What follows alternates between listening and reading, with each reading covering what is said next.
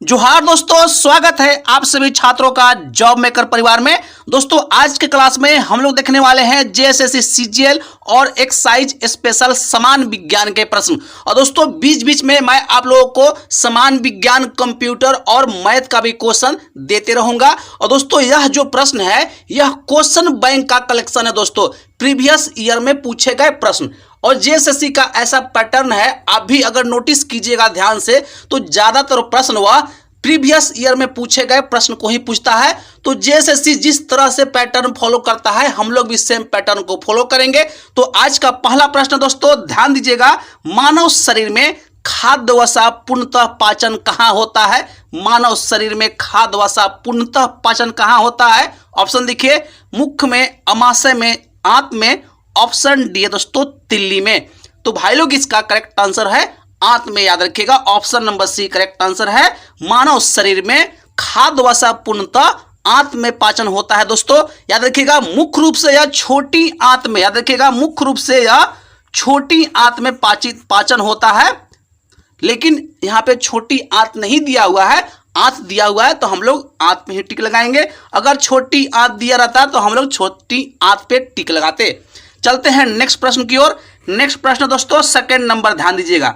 Malaria किस रोगाणु से पैदा होता है? मलेरिया जो बीमारी है वह किस रोगाणु से पैदा होता है? तो भाई लोग इसका करेक्ट आंसर है प्लाज्मोडियम बाइबॉक्स, याद रखिएगा। प्लाज्मोडियम बाइबॉक्स, याद रखिएगा। ऑप्शन नंबर बी आपका करेक्ट आंसर है। और दोस्तों याद रखिएगा, फीमेल एनाफिलीज मच्छर के काटने से मलेरिया बीमारी होता है दोस्तों। चलते हैं नेक्स्ट प्रश्न की ओर। नेक्स्ट प्रश्न दोस्तों 3 नंबर, ध्यान दीजिएगा। कुकुरमुत्ता किस प्रकार का रोगाणु है? प्रश्न नंबर 3 है, ध्यान दीजिएगा। कुकुरमुत्ता किस प्रकार का रोगाणु है? दोस्तों इसका सही आंसर होगा कवक, याद रखिएगा। Option number B correct answer है। कुकुरमुत्ता कवक है दोस्तों, ध्यान दीजिएगा।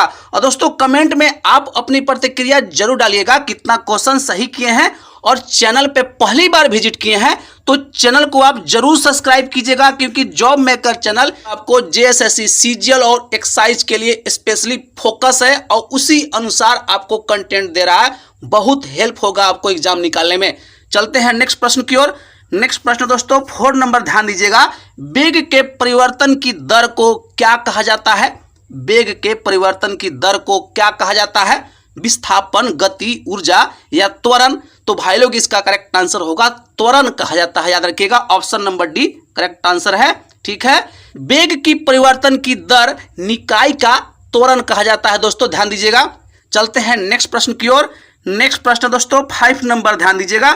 5 नंबर का प्रश्न है, ध्यान दीजिएगा। एक फिलामेंट लैंप द्वारा किस प्रकार की स्पेक्ट्रम पैदा होती है? प्रश्न को ध्यान से समझिएगा। एक फिलामेंट लैंप द्वारा किस प्रकार की स्पेक्ट्रम पैदा होती है? ऑप्शन देखिए, रेखा उत्सर्जन, अवशोषण, सतत उत्सर्जन, असतत उत्सर्जन। तो भाई लोग इसका करेक्ट आंसर होगा सतत उत्सर्जन। ऑप्शन नंबर सी आपका करेक्ट आंसर है, याद रखिएगा। एक फिलामेंट लैंप द्वारा किस प्रकार का स्पेक्ट्रम पैदा होती है? तो सतत उत्सर्जन। Option number C correct answer है। चलते हैं नेक्स्ट की ओर। नेक्स्ट प्रश्न दोस्तों 6 नंबर, ध्यान दीजिएगा। आवर्त सारणी के सबसे कम प्रगतिशील तत्व कौन से हैं? आवर्त सारणी के सबसे कम प्रगतिशील तत्व कौन से हैं? ऑप्शन देखिए, संक्रमण धातु, उत्कृष्ट गैस, क्षार धातु। ऑप्शन डी है दोस्तों क्षारीय पृथ्वी धातु। तो भाई लोग इसका करेक्ट आंसर है उत्कृष्ट गैस, याद रखिएगा। Option number B correct answer है। उत्कृष्ट गैस कम प्रगतिशील तत्व है दोस्तों। उत्कृष्ट गैस को नोबल गैस भी कहा जाता है या अक्रिय गैस भी कहा जाता है। इसका उदाहरण है दोस्तों हीलियम, याद रखिएगा। हीलियम, नियोन है, आर्गन है, जेनॉन है और रेडॉन है, याद रखिएगा। हीलियम, नियोन, आर्गन, जेनॉन और रेडॉन है दोस्तों। इसको अक्रिय गैस भी कहते हैं। उत्कृष्ट के जगह पे अगर अक्रिय दिया रहेगा उसको भी टिक मार के चलिएगा, कंफ्यूज नहीं होना है। चलते हैं नेक्स्ट की ओर। नेक्स्ट प्रश्न दोस्तों 7 नंबर, ध्यान दीजिएगा। यह अच्छा प्रश्न है, कई दफा पूछा हुआ प्रश्न है। यहाँ पे सभी प्रश्न पूछे गए हैं दोस्तों विभिन्न एग्जामों में। मैं वही प्रश्न को सेलेक्ट करता हूं जो एग्जाम में पूछे जा सकते हैं।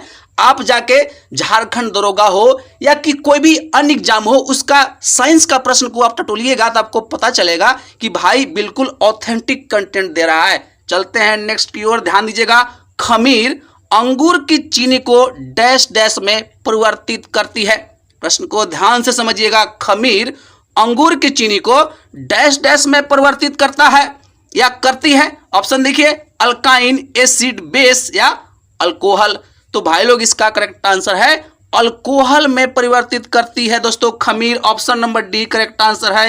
याद रखिएगा, खमीर अंगूर की चीनी को अल्कोहल में परिवर्तित करती है। याद रखिएगा, बहुत फेमस सा यह प्रश्न है। चलते हैं नेक्स्ट की ओर। नेक्स्ट प्रश्न दोस्तों 8 नंबर, ध्यान दीजिएगा। डैश डैश में मिट्टी एक नाइट्रोजन फिक्सिंग बैक्टीरिया है। मिट्टी में मतलब डैश डैश मिट्टी में नाइट्रोजन फिक्सिंग बैक्टीरिया है। ऑप्शन देखिए दोस्तों, इसका सही आंसर करने का कोशिश कीजिएगा।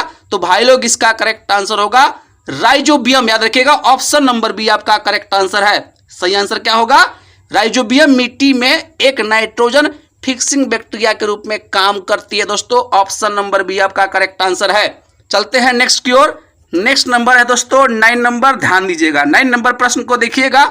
एक हार्मोन जो रक्त शर्करा के स्तर को नियंत्रित करता है। प्रश्न को ध्यान से समझिएगा। एक हार्मोन जो रक्त शर्करा के स्तर को नियंत्रित करता है। ऑप्शन देखिए, insulin, leptin, relaxin. Option D दोस्तों पॉलिस स्टिमुलेटिंग हार्मोन।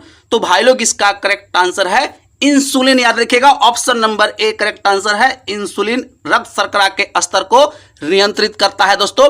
याद रखिएगा, अगर इंसुलिन निकलना शरीर में कम हो जाएगा तो ग्लूकोज लेवल जो आपका है ना वह बढ़ जाएगा, जिसके कारण डायबिटीज, आपको जिसको शुगर का बीमारी बोलते हैं, वह हो जाता है। मतलब शुगर का बीमारी उन्हीं लोग को होता है जिनका शरीर इंसुलिन का उत्सर्जन करना कम कर देता है या तो बंद कर देता है। Option number A correct answer है। चलते हैं नेक्स्ट की ओर। नेक्स्ट नंबर है दोस्तों, ध्यान दीजिएगा। 10 नंबर का प्रश्न है। हाइड्रोजन का डैश डैश में परिवर्तन से सितारे चमकते हैं। प्रश्न को ध्यान से समझिएगा।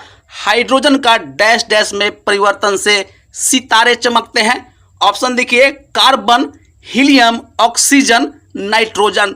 तो भाई लोग इसका करेक्ट आंसर होगा हीलियम। याद रखिएगा, option number B correct answer है। ठीक है, हाइड्रोजन का हीलियम में परिवर्तन से सितारे चमकते हैं दोस्तों। ऑप्शन नंबर बी आपका करेक्ट आंसर है।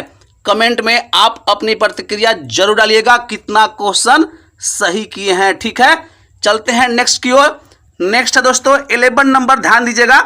आयोडीन विलयन में स्टार्च डालने से कौन सा रंग में परिवर्तित हो जाता है? ऑप्शन देखिए, बैगनी, पीला, हरा या नीला।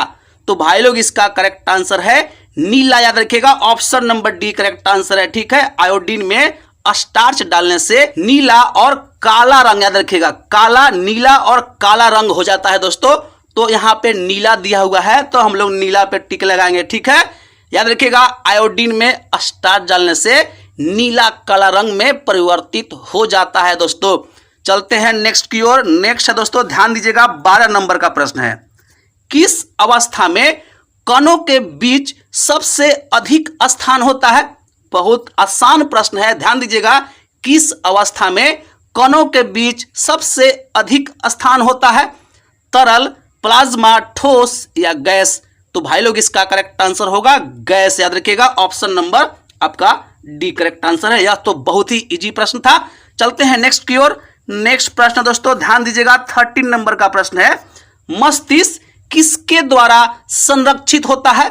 मस्तिष्क जो आपका है वह किसके द्वारा संरक्षित होता है बताइएगा। इसका ऑप्शन देखिए, जल शीर्ष, ठीक है, मेनिंजेस, खोपड़ी या ग्रे मैटर। तो भाई लोग इसका करेक्ट आंसर है खोपड़ी। याद रखिएगा, ऑप्शन नंबर आपका सी करेक्ट आंसर है। मस्तिष्क खोपड़ी द्वारा संरक्षित होता है दोस्तों। ऑप्शन नंबर सी आपका करेक्ट आंसर है।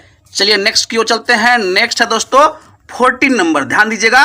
0 degree Celsius equal to, option देखिए, 30 degree Fahrenheit, 32 degree Fahrenheit, 37 degree Fahrenheit या 40 डिग्री फ़ारेनहाइट। बहुत बच्चा वाला प्रश्न है दोस्तों, इसका सही आंसर बताने का कोशिश कीजिएगा।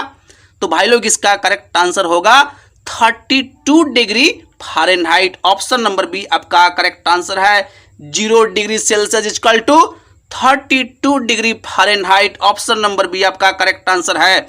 चलते हैं नेक्स्ट प्रश्न की ओर। नेक्स्ट प्रश्न दोस्तों 15 नंबर, ध्यान दीजिएगा।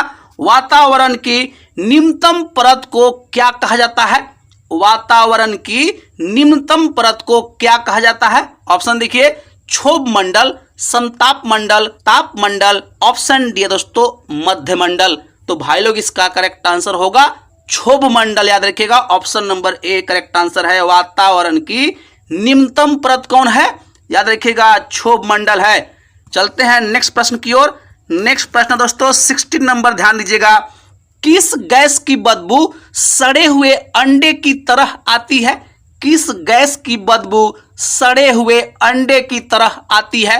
ऑप्शन देखिए, मीथेन, नाइट्रोजन, हाइड्रोजन सल्फाइड।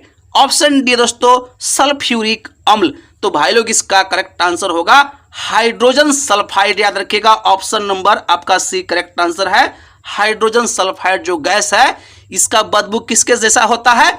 याद रखिएगा सड़ा हुआ अंडा की तरह। किसकी तरह? तो सड़े हुए अंडे की तरह। और इसका परमाणु सूत्र क्या होता है? याद रखिएगा इसका होता है H2S। ठीक है, चलते हैं नेक्स्ट की ओर। नेक्स्ट है दोस्तों, ध्यान दीजिएगा। 17 नंबर का प्रश्न है, डैश डैश दांतों की सुरक्षा करता है।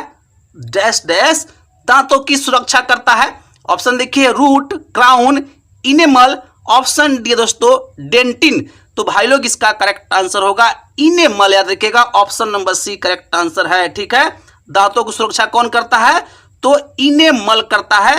दांत एक कठोर बाहरी परत से ढका होता है, याद रखिएगा, जिसे इनेमल जो होता है वह सुरक्षा प्रदान करता है। दोस्तों चलते हैं नेक्स्ट की ओर। नेक्स्ट नंबर है दोस्तों, याद रखिएगा 18 नंबर का प्रश्न है। ठीक है, यह प्रश्न अच्छा है और इजी प्रश्न भी है। ध्यान दीजिएगा, चाय का वनस्पतिक नाम क्या है? चाय का जो वनस्पति नाम क्या है दोस्तों?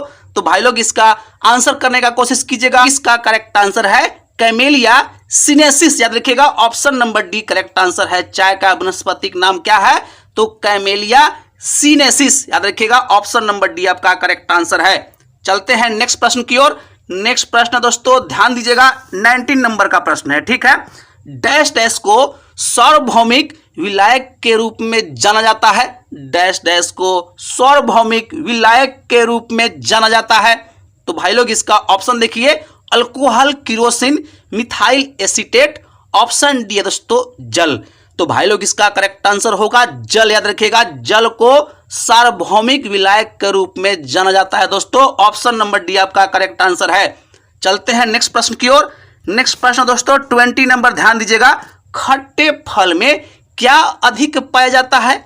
खट्टे फल में क्या अधिक पाया जाता है? ऑप्शन देखिए, thiamine, vitamin B2, vitamin A. Option D है दोस्तों विटामिन सी।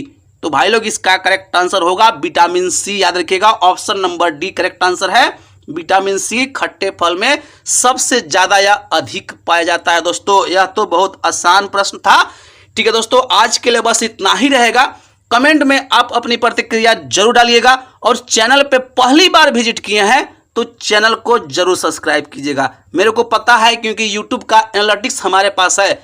मेरा वीडियो बहुत लोग देखता है लेकिन उसको सब्सक्राइब नहीं करता है। भाई सब्सक्राइब कर लीजिए। सब्सक्राइब करने में कुछ पैसे वगैरह तो लगता है नहीं। आप वीडियो देखते हो जरूर लेकिन सब्सक्राइब नहीं करते हो। सब्सक्राइब कीजिए, हमें मोटिवेट कीजिए ताकि और बेहतर कंटेंट मैं आप लोगों के लिए ला सकूं। मिलते हैं नेक्स्ट क्लास में, तब तक के लिए जय हिंद और जोहार साथियों।